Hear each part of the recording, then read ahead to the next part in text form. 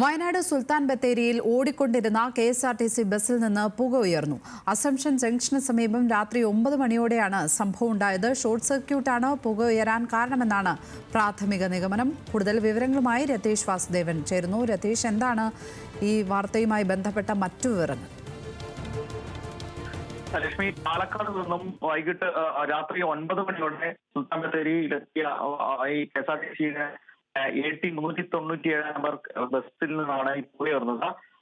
Assumption ജംഗ്ഷനിലെത്തിയപ്പോൾ വാഹനത്തിൽ നിന്ന് പുക ഉയരുകയായിരുന്നു. ബസ് നിർത്തി ആളുകളെ, യാത്രക്കാരെ പുറത്തിറക്കി ഇറക്കുകയാണ് ചെയ്തത്. പ്രാഥമിക അന്വേഷണത്തിൽ മനസ്സിലായ ഷോർട്ട് സർക്യൂട്ടാണ് ഈ പുക ഉയരാൻ കാരണമെന്നാണ് പ്രാഥമിക നിഗമനം. എന്നാലും അപകടമുണ്ടായില്ല. ഉടൻ തന്നെ ഫയർഫോഴ്സ് എത്തി തീ അണയ്ക്കുകയാണുണ്ടായത്. എന്നാലും വലിയ അപകടം ഉണ്ടാകുന്നതിന് മുമ്പ് തന്നെ പരിഭ്രാന്തി ഒഴിവാക്കിയതിന് ഫയർഫോഴ്സ് അടക്കം അധികൃതർക്ക് സാധിച്ചു എന്നതാണ് പറയാനുള്ളത്. പിന്നീട് യാത്രക്കാരെ മറ്റൊരു വാഹനത്തിൽ മറ്റിടങ്ങളിലേക്ക് കൊണ്ടുപോയി. ലക്ഷ്മി, രതീഷ് വാസുദേവനാണ് വയനാട്ടിൽ നിന്നും വിവരങ്ങൾ പങ്കുവച്ചത്.